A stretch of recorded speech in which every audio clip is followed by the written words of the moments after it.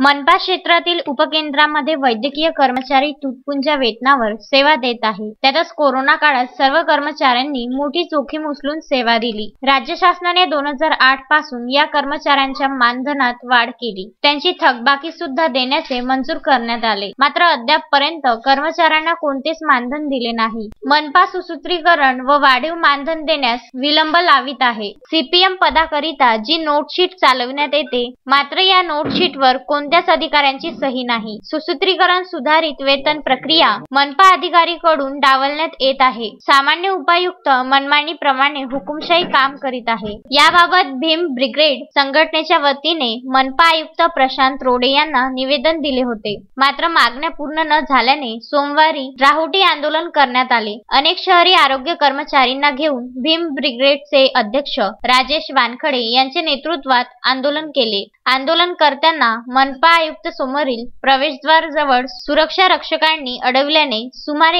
1 तास नारे देऊन ठिय्या आंदोलन करण्यात आले. काहीच वेळात या ठिकाणी चूल पेटवून खिचडी शिजवण्याचा प्रयत्न असताना येथील सुरक्षा रक्षकाने त्यांना रोखून धरले. यामध्ये आंदोलनकर्ते आणि सुरक्षा रक्षकात हमरीतुमरी झाली. सुमारे 1.5 तासानंतर मनपा आयुक्त रोडे यांनी आंदोलनकर्त्यांशी चर्चा केली. या बैठकीत 8 दिवसात फाईल समोर ठेवण्याचे आदेश रोडे यांनी अधिकाऱ्यांना दिले. 8 दिवसात सुसूत्रीकरण विषयी तोडगा काढण्यात येईल असे आश्वासन देण्यात आले. मात्र यापेक्षाही मनपामध्ये मोठा घोटाळा करण्यात आला. त्यांची संपूर्ण कागदपत्रे आपल्या जवळ आहे. मात्र प्रत्यक्ष भेट घेऊन माहिती देऊन नंतर पोलीस तक्रार करेल असा इशारा राजेश वानखडे यांनी दिला. रोडे यांनी आश्वासन दिल्यावर आंदोलन मागे घेण्यात आले. या आंदोलनात नितीन काडे, प्रवीण वानखडे, राजेश भटकर सह आरोग्य कर्मचारी मोठ्या संख्येने सहभागी झाले. अजय शृंगारे, विदर्भ न्यूज, अमरावती.